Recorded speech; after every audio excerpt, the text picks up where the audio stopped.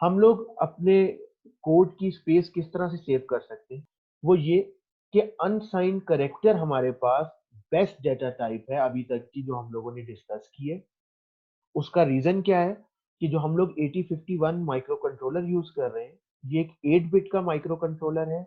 8 bit का मतलब ये है कि ये 0 से 255 तक वैल्यूज को सेव कर सकता है। इसमें जितने रजिस्टर्स हैं वो सब 8 बिट के हैं,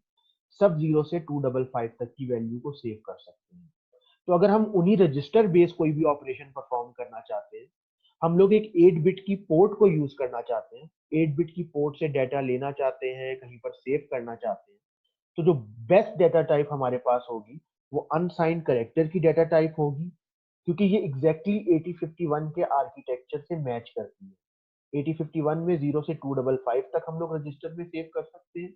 और अनसाइंड करेक्टर भी आपके पास 0 से 255 मतलब हेक्सा में 00 से FFH तक वैल्यू स्टोर करने का ऑप्शन प्रोवाइड करती है।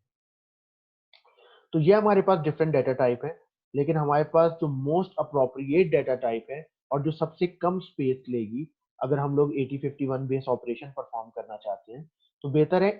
कि अगर आपको पोर्ट्स के साथ डील करना है, अगर आपको रजिस्टर के साथ डील करना है, तो इट वुड बी बेटर कि आप अनसाइंड करेक्टर को यूज करें। लेकिन अगर आपको कोई एक ऐसा लूप रन करना है जो 255 से बढ़ जाता है, तो उसके लिए फिर आपके पास बेस्ट चॉइस इंटीजर ही होगी कि हम लोग इंटीजर को